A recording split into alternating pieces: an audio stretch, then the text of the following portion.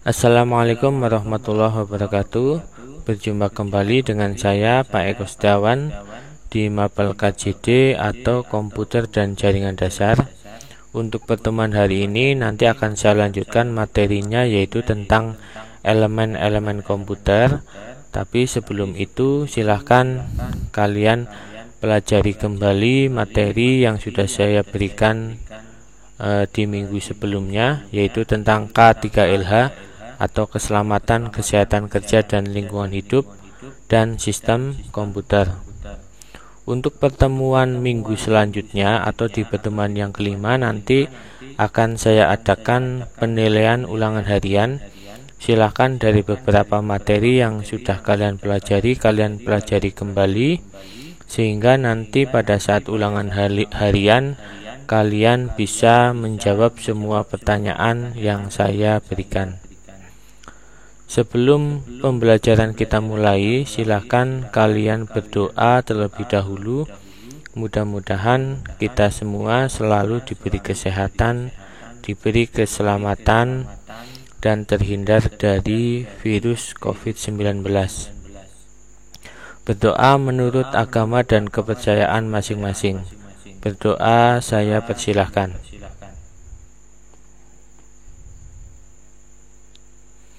Berdoa selesai. Oke, langsung saja kita lanjutkan materinya, yaitu elemen-elemen komputer. Ya. Komputer itu tersusun dari yang namanya hardware, perangkat keras, software, perangkat lunak, kemudian brainware, pengguna atau manusia.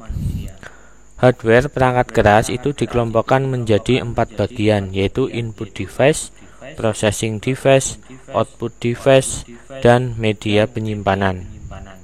Kemudian sedangkan software itu dikelompokkan menjadi 3 bagian, yaitu sistem operasi, program aplikasi, dan bahasa pemrograman.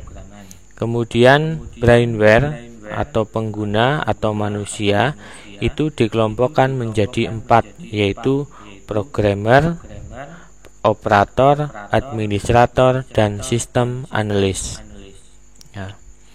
Perangkat keras atau hardware kita bahas dulu dari pengertiannya. Pengertian perangkat keras komputer atau hardware. Perangkat keras komputer merupakan suatu komponen fisik pada komputer yang digunakan oleh sistem untuk menjalankan sebuah perintah yang sudah diprogramkan, atau dalam arti singkatnya, sebuah komponen pada komputer yang dapat disentuh, dilihat, dan diraba. Berarti ini berbentuk nyata. Tidak hanya bentuk fisiknya saja, perangkat keras secara fungsi akan saling terhubung satu sama lainnya. Seperti contohnya, perangkat keras komputer yang paling penting yaitu RAM, hard disk, motherboard, dan CPU sebagai pengelola sistem dan penyimpanan pada komputer. Jadi semua perangkat atau semua komponen yang terpasang di yang namanya motherboard berarti saling memiliki hubungan dan keterkaitan antara satu dengan yang lainnya. Kemudian perangkat keras itu dilihat dari kegunaannya. Jenis perangkat keras dibedakan menjadi beberapa bagian, yaitu perangkat keras keluaran atau output device, kemudian perangkat keras masukan input device, perangkat keras tambahan atau peripheral, perangkat keras penyimpanan atau storage, dan lainnya. Perangkat keras sangat penting dalam komputer. Tanpa adanya sebuah perangkat keras, komputer tidak dapat digunakan dengan baik. Lanjut. Perangkat keras tadi sudah saya bahas di awal-awal, yaitu dikelompokkan menjadi 4. Nah, kita bahas yang pertama dulu, yaitu input device atau perangkat masukan, yaitu perangkat komputer yang memiliki peran dan fungsi yang sangat penting. yang berfungsi untuk memasukkan data atau file ke dalam komputer. Yang termasuk ke dalam input device atau perangkat masukan adalah yang pertama keyboard, mouse, scanner, ada touchpad, kamera digital, mikrofon, webcam, CD-ROM, dan lain-lain. Masih banyak lagi. Kemudian processing device atau perangkat pemrosesan, yaitu perangkat peralatan atau komponen pada komputer berupa perangkat keras yang berfungsi untuk memproses data dan mengolah data yang diberikan oleh perangkat input, yang nantinya akan ditampilkan oleh perangkat output. Yang termasuk ke dalam perangkat pemrosesan adalah yang pertama Central Processing Unit atau CPU, kemudian Power Supply atau PSU ya, kemudian Video Graphic Adapter atau VGA, kemudian ada motherboard, yang kelima ada Memory RAM atau Random Access Memory, kemudian yang keenam adalah sound card. Nah, ini yang termasuk ke dalam processing device. Kemudian selanjutnya adalah output device atau perangkat keluaran. Output device atau perangkat keluaran adalah sebuah komponen perangkat yang merupakan bagian dari personal komputer, atau output device merupakan perangkat yang bertugas untuk menampilkan data yang telah diproses oleh bagian prosesor atau perangkat pemrosesan. Sebelumnya, data diambil oleh perangkat masukan atau input device. Keberadaan dari output device atau perangkat keluaran sangatlah penting karena termasuk dalam perangkat primer untuk berjalannya sebuah personal komputer. Nah, kemudian yang termasuk ke dalam perangkat keluaran adalah yang pertama monitor, ini untuk menampilkan file dalam bentuk gambar. Kemudian printer, ini untuk menampilkan file dalam bentuk hard copy. Kemudian proyektor, ini sama dengan monitor, yaitu menampilkan file dalam bentuk gambar juga. Kemudian speaker, ini untuk menampilkan dalam bentuk suara atau menghasilkan keluaran dalam bentuk suara. Kemudian yang keempat adalah media penyimpanan. Nah, media penyimpanan adalah alat penyimpanan data yang berfungsi sebagai alat atau media untuk menyimpan data, dan program di mana data atau program yang disimpan tersebut bisa dibaca dan dibuka kembali untuk diproses kembali di komputer atau laptop.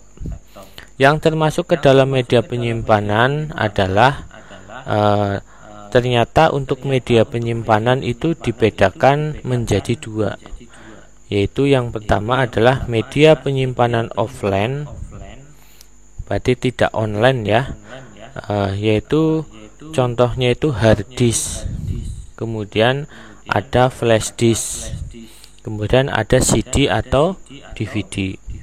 Sedangkan yang kedua adalah media penyimpanan online, berarti penyimpanan yang dilakukan secara online. Berarti tanpa kita terkoneksi ke internet, maka kita tidak akan bisa menyimpan data atau file kita ke dalam komputer atau ke dalam internet. Yang biasa digunakan adalah yang pertama Google Drive. Ya, untuk Google Drive ini memiliki kapasitas sekitar 15 GB. Kemudian yang kedua adalah Office Online. Selanjutnya perangkat keras komputer, ini contoh gambar dari beberapa perangkat keras komputer. Di sini ada laptop, ada monitor, ada CPU, ada printer, ada hard disk, ada RAM, ada prosesor, dan lain sebagainya. Ya, langsung kita masuk ke perangkat keras komputer beserta fungsinya. Yang pertama yaitu monitor, bentuknya seperti ini ya, tentunya kalian sudah tahu semua. Monitor ini mempunyai fungsi sebagai alat output, yaitu tempat untuk mengeluarkan hasil proses yang dilakukan oleh komputer berupa informasi yang dibutuhkan oleh pemakai komputer, yaitu untuk menampilkan hasil pemrosesan atau data atau file yang sudah diproses oleh perangkat pemrosesan akan ditampilkan di monitor. Kemudian yang kedua adalah CPU atau Central Processing Unit, berfungsi sebagai pengendali proses kinerja komputer, dengan kata lain yaitu sebagai tempat mengatur semua instruksi program pada komputer dan sebagai pengelola semua aktivitas kinerja di dalam komputer. Jadi yang mengatur semua kinerja baik perangkat input device, processing device atau output device, yaitu CPU atau Central Processing Unit. Kemudian perangkat yang ketiga adalah printer. Bentuknya seperti ini, tentunya kalian sudah tahu juga. Printer itu memiliki fungsi untuk mencetak data seperti tulisan, gambar, foto pada kertas, yaitu menampilkan file dalam bentuk hard copy. Sedangkan scanner ini untuk menampilkan file atau data dalam bentuk soft copy. Ya, atau secara pengertian, scanner ini seperti mesin fotokopi dan berfungsi untuk mengcopy data objek dan dipindahkan ke dalam memori komputer, dan hasilnya dapat dilihat pada monitor komputer. Ini fungsi dari scanner. Kemudian selanjutnya mouse, bentuknya seperti ini ya, kayak tikus. Mouse itu berfungsi untuk menunjuk posisi kursor atau pointer pada layar komputer secara cepat. Jadi untuk menggerakkan kursor ketika kita ngeklik atau membuka file, kita gunakan yang namanya mouse. Kemudian yang keenam adalah keyboard. Bentuknya seperti ini. Keyboard berfungsi untuk mengetik atau memasukkan huruf, angka, karakter khusus, serta melakukan perintah-perintah untuk menyimpan file dan membuka file. Kita bisa menggunakan yang namanya keyboard. Kemudian modem yang ketujuh berfungsi sebagai alat komunikasi dua arah, dan saat ini lebih digunakan untuk menghubungkan komputer ke jaringan internet. Supaya kalian bisa terhubung ke jaringan internet, maka kalian bisa menggunakan yang namanya modem. Kemudian hard disk, bentuknya seperti ini ya. Ketika kita buka, dalamannya seperti ini. Hard disk itu biasanya digunakan sebagai media penyimpanan dalam bentuk permanen dan memiliki kapasitas yang besar. Lanjut. Kemudian yang kesembilan adalah RAM atau Random Access Memory, sebagai perangkat yang menyimpan proses kinerja komputer untuk sementara, sehingga membuat akses data yang sama lebih cepat, atau media penyimpanan yang bersifat sementara. Kalau hard disk itu kan media penyimpanan yang bersifat permanen, tetapi kalau RAM itu media penyimpanan yang bersifat sementara.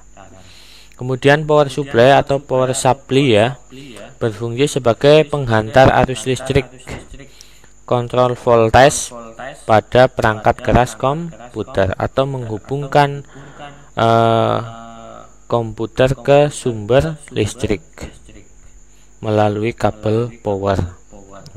Jadi nanti kabel power dari sumber listrik dicolokkan atau dimasukkan ke yang namanya power supply, supaya bisa disalurkan ke semua perangkat yang terpasang di komponen yang namanya motherboard. Kemudian kabel VGA ini memiliki fungsi untuk menampilkan output atau hasil pengolahan data komputer, dan selanjutnya bisa dilihat di layar monitor. Kabel VGA ini untuk menampilkan gambar supaya bisa dilihat di layar monitor ya, dan berfungsi untuk menghubungkan monitor ke CPU atau ke komputer. Kemudian LAN-card ini bentuknya seperti ini, atau ini dinamakan sebagai perangkat jaringan ya. Fungsi LAN-card untuk menghubungkan antar komputer satu dengan yang lainnya dalam jaringan LAN. Jadi kalau kita membentuk sebuah jaringan LAN, maka media penghubungnya kita gunakan yang namanya LAN-card dan menggunakan yang namanya kabel UDP. Kemudian yang ke-13 atau ke yang selanjutnya adalah motherboard. Fungsi motherboard yaitu sebagai tempat terpasangnya komponen-komponen komputer yang saling memiliki keterkaitan dan berhubungan satu dengan yang lainnya. Ya, bentuknya seperti ini. Kemudian selanjutnya ada fan atau kipas. Ini untuk mengurangi panas baik pada prosesor ataupun pada komponen komputer yang lainnya, supaya tidak terjadi yang namanya overheating atau panas yang berlebihan. Kemudian lanjut, yang ke-15 adalah sound card. Bentuknya seperti ini ya. Bisa kalian jumpai ketika kalian memasang headset atau speaker pada komputer. Letaknya ini di bagian belakang. Fungsi sound card sebagai penghubung output audio ke speaker, penghubung input suara ke komputer melalui mikrofon. Nah, kemudian yang ke-16 ada CD-ROM. Fungsi CD-ROM sebagai tempat untuk proses burning. Burning ini ya memasukkan file dalam bentuk soft copy ke piringan CD. Itu biasanya yang digunakan aplikasinya itu Nero. Nama aplikasinya itu Nero. Copy CD dan install software menggunakan CD atau DVD. Yang bisa kita simpan di CD atau DVD itu banyak, baik bisa berupa program aplikasi, sistem operasi, foto, video, dan lain sebagainya. Nah, tapi kapasitas penyimpanannya tidak besar atau terbatas.